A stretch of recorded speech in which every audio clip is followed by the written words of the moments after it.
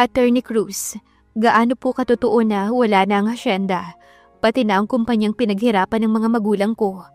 At bakit hindi nila sinabi sa akin to? Ang sakit na wala akong nagawa para tulungan sila. Naiiyak na saad ni Danica. Iha, nalulugi na yung kumpanya last year pa. Malaki ang pagkakautang nila sa mga Sebastian. Nalulong sa kasino ang ama mo, pero hindi doon nagtatapos ang lahat. Nahuli ng mama mo ang papa mo na nang bababae at doon napupunta lahat ng pera nyo.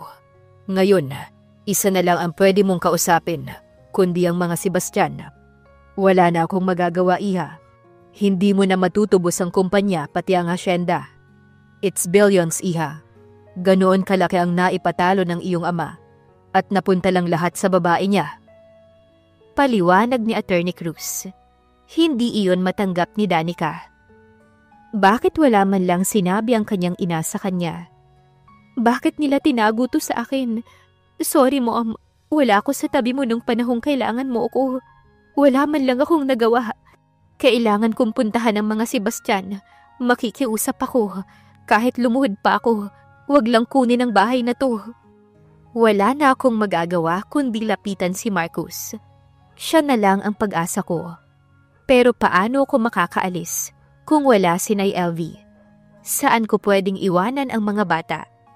Parang may solusyon siya na biglang naisip. Tama! May restaurant pa siya sa Cebu at apartment. Kailangan niya nang ibenta yun. Tapos ang pera niya sa bangko. Ibibigay niya lahat, wag lang nilang kunin ang bahay na yun. Ito na lang ang natitira sa kanya na alaala ng mga magulang niya. Mga anak, pwede ba kayong mag-sleep ng maaga? May bisita kasi si Mommy. Hindi si Mommy pwede mag-play. Pero bukas promise, babasahan ko kayo ng fairy tales kahit ilan. Wika ni Danica sa kambal. Opo, Mommy. Good night po. Good night din mga anak. Maya-maya pa'y may bumusina sa harap ng gate. Kailangan niyang maging matatag. Ito na lang ang alas niya para mapanatili sa kanila itong bahay. Magtatrabaho siya sa kumpanya ng libre. Siguro'y okay nang magpaalipin dito para lamang sa bahay na to. Kailangan niyang gawin ang lahat para sa mga anak niya at sa future ng mga ito. Good morning, Mr. Sebastian. Please have a seat. Aniya sa binata. Danica, masyado ka naman yatang formal. Para namang wala tayong nakaraan ah. Call me by my first name. It's Marcos. Pwede rin namang babe na lang. Para namang hindi tayo naging intimate sa isa't isa. Ngumisi ang binata ng nakakaloko. Remember me, babe? Or ako lang nakakaalala sa ating dalawa? Wala naman talaga tayong pinagsamahan. Diin na saad ni Danica rito. Meron ba? Wala kasi akong matandaan. We are strangers to each other when we first met and doing that thing. At ngayon lang ulit tayo nagkakatagpo at nagkakausap ulit. Kung ano man ang nangyari sa atin dati, it's in the past. And it's just a one-night stand. Diin niyang bigkas ulit. Di ba, babe? Sarkastikong saad niya sa nakatiim na lalaki. Cut that crap, Danica. Mukhang ginalit niya na naman ito dahil sobrang nakatiim ang bagang nito habang masama ang tingin sa kanya. Alam nating pareho kung anong nangyari 7 years ago. Bigla siyang namutla at napipi sa sinabi ni Marcos. She thought na nakalimutan na nito ang nangyari noon sa kanila. She can't believe it na naaalala pa rin siya ng binata. I am here para pag-usapan natin ang tungkol sa kumpanya at itong hasyenda. And of course, with the mansion, kung saan ka ngayon nakatira, sweetheart. I am a businessman at ayokong masasayang lang ang pinaghirapan ng pamilya ko. So as of now, I call my attorney to prepare the papers para malipat na sa akin ang kumpanya kasama na itong hasyenda at bahay nyo. But don't worry, sweetheart. Hindi naman kita paaalisin. Basta maging masunurin ka lang sa akin at sa mga sasabihin ko. Is this a blackmail, Mr. Sebastian? He has that smile in his face while looking at her intently. Well, I have a better offer for you. Alam ko naman na matalino ka at gusto ko na intindihin mo ang sasabihin ko. Pareho tayong may chemistry, especially sa kama. Just be my lover and be my secretary as well. Then, tapos ang problema mo, Danica. In return, you can have this mansion. Hindi ko na to kukunin sa'yo. Ipapahanda ko agad kay attorney ang kontrata bukas, kung papayag ka sa offer ko. But for now, let me have you first. I know that night we both attracted to each other, na kung hindi mo sana ako tinakasan, baka nakabuo na tayo ngayon ng maraming supling. Because that night, I have a plan to keep you as my woman, sweetheart. Minsan lang sa buhay ko na makatagpo ng katulad mo. Alam mo bang ang hirap mong makalimutan? Kaya pag-isipan mo ang alok ko, sweetheart. Nakangiti na wika ni Marcos. And what if hindi ko to tatanggapin? Anong gagawin mo? Well, kukunin ko ang lahat sa'yo at wala akong ititira kahit isang kusing sa'yo. At sisiguraduhin ko na wala nang tatanggap sa'yo sa mga a-applyan mo. Trust me, sweetheart. Kaya kong gawin kahit ano. Makuha lang ang gusto ko. Pero kapag hindi ko to nakukuha, well, sisirain ko na lang. Hindi nakakibo si Danica sa sinabi ni Marcos. Para bang mas kinabahan pa siya lalo. Paano na ang mga anak niya? Kinakabahan siya sa reaksyon ng lalaki once na malaman nito ang tungkol sa mga anak nila. Base sa mga naririnig niya na sinasabi nito, ay gusto na nitong magkaroon ng mga anak. Paano kung hindi siya nito maintindihan? Paano kung maisipan nitong kunin ang mga bata sa kanya? Ang mga anak niya ang unang magsasuffer at hindi niya hahayaan na mangyari yun. Okay, fine Mr. Sebastian, pag-iisipan ko muna. You may leave now at gabi na at marami pa akong gagawin bukas. Pagtataboy niya sa lalaki. Pag-iisipan muna niya itong mabuti sa ngayon. Sweetheart, did you hear what I've said a while ago? I need to have you now. Gusto kitang makuha ulit. Sa pagkakataong to, hindi mo na ako matatakasan pa. And this time, wala nang alak.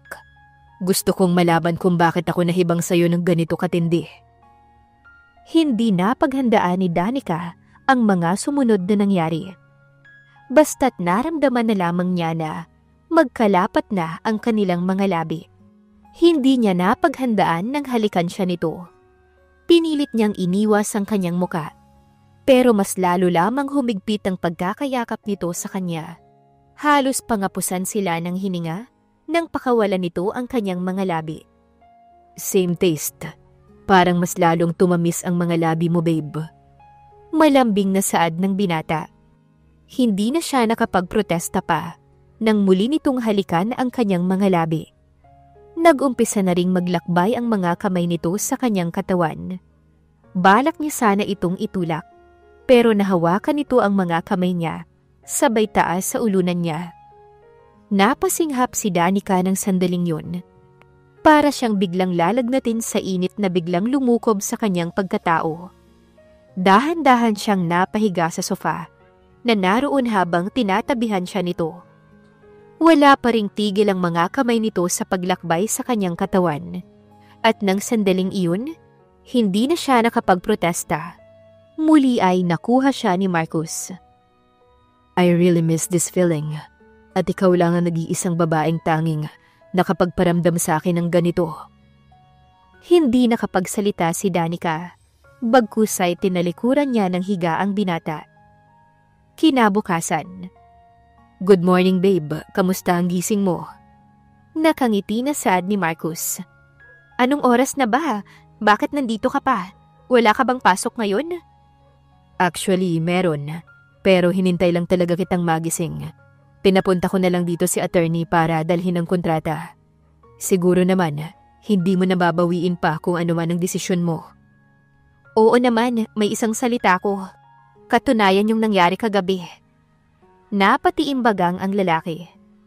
So, trabaho lang yun para sa'yo. Kasi para sa akin, it was something else.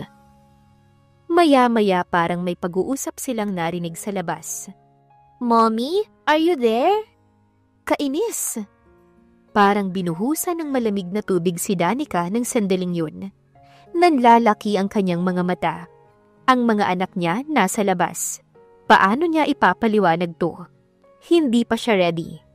Aniya sa kanyang sarili. May tinatago ka ba sa akin, Danica? Sino yung tumawag sa'yo ng mommy?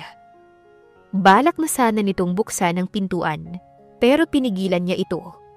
Huwag, Marcus, baka guni-guni mo lang yun. Pero hindi ito nagpapigil sa kanya para buksan ang pinto.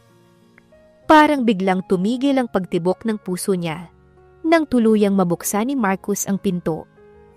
Tuloy-tuloy na pumasok ang kambal nang bumukas ang pinto. Pero biglang natigilan ang mga ito nang makita nila si Marcus. Who are you, mister? Bakit po kayo nandito kasama ng mommy namin?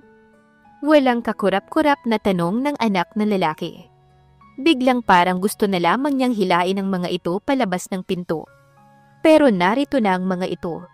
Hindi niya alam kung paano niya ipapaliwanag sa mga bata, pati na sa tatay ng kanyang mga anak. Hindi naman niya sinasadya ito. At hindi niya rin naman akalain na magkikita pa silang muli after 7 years. Halos hindi na siya humihinga nang tignan ng tatlo. Putlang-putla ang itsura niya habang nakatitig sa muka ng lalaking kasalukuyang nakatitig sa kanya ng mariin. Palipat-lipat ang titig sa mga anak niya. Danica, speak! Diing wika ni Marcos sa kanya. What is the meaning of this? Tell me the truth. And don't you dare lie to me. Kasi base sa mga itsura ng mga bata, alam ko kung sino ang ama nila. Naglapat ang mga bagang nito at nagbabanta. Ang tinging ipinukol sa kanya. Alam mo kung nasaan ako nang huli tayong magkasama. Malamang alam mo rin kung saan ako hahanapin. Nagulat siya nang biglang lumuhod si Marcus paharap sa dalawang bata na hindi kumukurap. Kakabakasan ng pagkatuwa at sakit ang kanyang hitsura. May namumuong luha sa kanyang mga mata habang nakatitig sa kambal. Hello kids, do you know me? I am Marcus Sebastian. May diin na bigkas sa buong pangalan nito. Tanda na pinapaalam nito kung sino ito sa buhay nila. I am your real daddy. Parang may biglang bumara sa lalamunan ni Danica. Hindi niya napansin na umiiyak na siya. Mom, is it true? He is our daddy? Did you lie to us, Mom? Di ba po sabi niyo po bawal magsinungaling? Tanong ng anak na babae sa kanya na ikinahikbi niya. Nangangatal ang kanyang mga labi. Tanda ng kanyang pinipigilang pag-iyak. Mga anak, patawarin niyo ang mommy. Hindi ko naman alam na makikita ko pa ang daddy niyo. Oo, siya ang daddy niyo. Please mga anak, can you forgive mommy? Mahal na mahal ko kayo. Natatakot lang si mommy na baka kunin kayo ni daddy sa akin, lalo na kapag nakita niya kayo. Umiiyak na saad ni Danica. Danica! Singhal ni Marcos sa kanya. How dare you for hiding my kids from me? Alam ko na hindi maganda ang mga naganap sa atin, kung paano natin sila nabuo. Pero ang ginawa mo ay malaking pagkakamali. Wala ka pa rin karapatang ipagdamot sila sa akin. I'm sorry, pero magkikita tayo sa korte. Kukunin ko sila sa'yo. Pagbayaran mo ang 7 taon na wala ako sa kanilang tabi. Galit na saad ni Marcus. Please Marcus, huwag mong gawin to. Maawa ka sa akin. Sila na lang meron ako. Gagawin ko ang lahat. Basta huwag mo lang silang kunin sa akin. Pagmamakaawa ni Danica sa lalaki. Hindi niya akalain na pagkatapos ng mga nangyari sa kanila kagabi, ay ganito ang sunod na mangyayari. Pag-usapan natin yan sa office bukas. Magsimula kang magbayad ng mga pagkakautang mo sa akin. At para makasiguro ko na hindi mo itatakas ang mga anak ko, dadalhin ko sila sa bahay. Nabigla si Danica sa narinig. No! Ayokong malayo sa mga anak ko, Marcus. Pwes, sumama ka kung gusto mo. Pero iwan mo lahat ng gamit nila dito. Ipagsa-shopping ko sila bukas. May pinalidad sa boses nito. Kids, gusto nyo bang makita si Lolo at Lola? Pati na ang Tita Jasmine nyo? Sumama kayo kay Daddy ngayon. Excited naman na nagsipagtango ang kambal. Laglag naman ang mga balikat niya. Seriously? Agad-agad? Hindi man lang nag-usisa ang kambal? Aniya sa sarili. Dad, I am Liam Bautista Sebastian, and this is Lindy, my twins. Pakilala ng mga anak niya sa binata. Oh God, at least you let them use my last name. Pero hindi pa rin magbabago ang isip ko. You will pay for this, for hiding them from me. Seryoso na saad ni Marcus. Daddy, pwede po bang payakap? Gustong-gusto po namin ng Daddy. Thank you po kasi binalikan niyo kami. Ngayon po, hindi na kami ibubuli ng mga classmates namin na wala kaming Daddy. Masaya na saad ni Liam. Tama po si Liam, Daddy. Masaya po ako dahil makakasama na namin ikaw at maipagmamalaki ka namin sa mga friends namin. Segunda naman ni Lindy. Paano ipapaliwanag ni Danica sa binata ngayon na natuklasan na nito ang lihim niya? Abangan sa susunod na kabanata.